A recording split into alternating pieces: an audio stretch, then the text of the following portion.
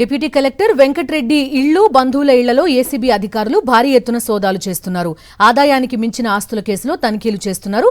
మిర్యాలగూడ వేములపల్లిలోని బంధువుల ఇళ్లలో కూడా సోదాలు చేస్తున్నారు ఏసీబీ అధికారులు. వెంకట్రెడ్డి బంధువులు మాలి మధుసూదన్ రెడ్డి, సుజాత ఇళ్లలో సోదాలు జరుగుతున్నాయి. మొత్తం 8 చోట్ల సోదాలు చేస్తున్నారు. 2025 డిసెంబర్ 6న 60,000 రూపాయలు లంచం తీసుకుంటూ రెడ్ హ్యాండెడ్ గా పట్టుబడ్డాడు వెంకట్రెడ్డి. గతంలో వెంకట్రెడ్డి వాహనంలో నివాసంలో 30 లక్షల డబ్బు కూడా లభ్యమైంది. ఆయనపై 2008, 2016, 2017లో అక్రమాస్తుల కేసు నమోదైనట్టు ACB joint director Radhesh Murali తెలిపారు. ఇప్పటి వరకు 8 కోట్ల 30 లక్షల విలువైన అక్రమాస్తులు గుర్తించినట్టుగా తెలిపారు.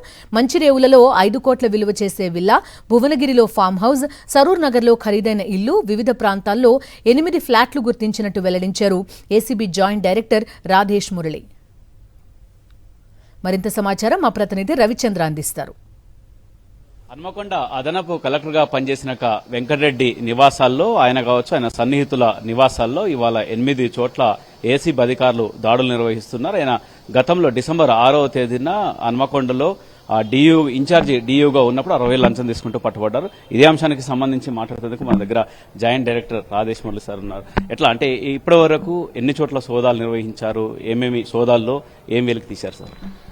ఇవాళ ఉదయం నుండి వరంగల్ ఏసీబీ డీఎస్పీ గారు మన సాంబయ్య గారి ఆధ్వర్యంలో వెంకటరెడ్డికి సంబంధించినటువంటి వాళ్ళ బంధువుల ఇండ్లలో, వెంకటరెడ్డి గారి ఇంట్లో మొత్తం 8 చోట్ల సోదాలు నిర్వహించడం జరిగింది.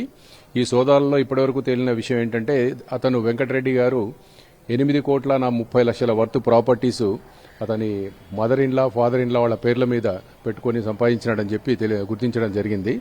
అవి కాకుండా అతనికి ఒక 47 లక్షలు ఇన్సూరెన్స్ ప్రీమియమ్స్ కూడా పే చేసినట్టుగా కూడా గుర్తించాము.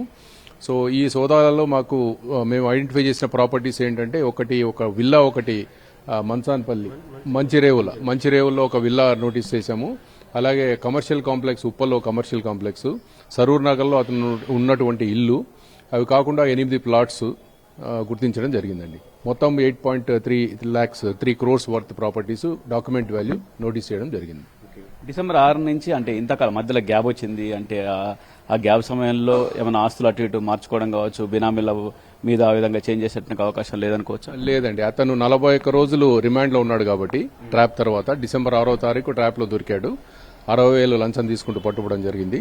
దాని తర్వాత 41 రోజులు అతను జ్యుడిషియల్ రిమాండ్లో ఉన్నాడు. సో వచ్చిన వెంటనే మేము ఈ లోపల వర్కౌట్ చేశాము. వర్కౌట్ చేసి ఈ ఆస్తులన్నీ గుర్తించి ఇవాళ రైడ్స్ చేయడం జరిగింది. అంటే ఈ సోదాలు ఇవాళ కొనసాగుతాయి, ఇంకా ఉంటాయి? అవి ఆల్మోస్ట్ కంప్లీట్ అయినట్టే అండి ఇప్పటి వరకు.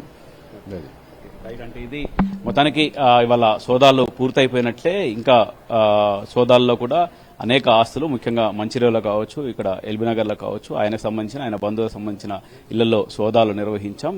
చాలా ఆస్తులు కూడా గుర్తించాం. 8 కోట్ల విలువైన ఆస్తులు కూడా గుర్తించామని ఏసీబీ అధికారులు చెప్తున్నారు. కాబట్టి రంగనాయకులతో రవిచంద్ర, సాక్షి టీవీ, హైదరాబాద్.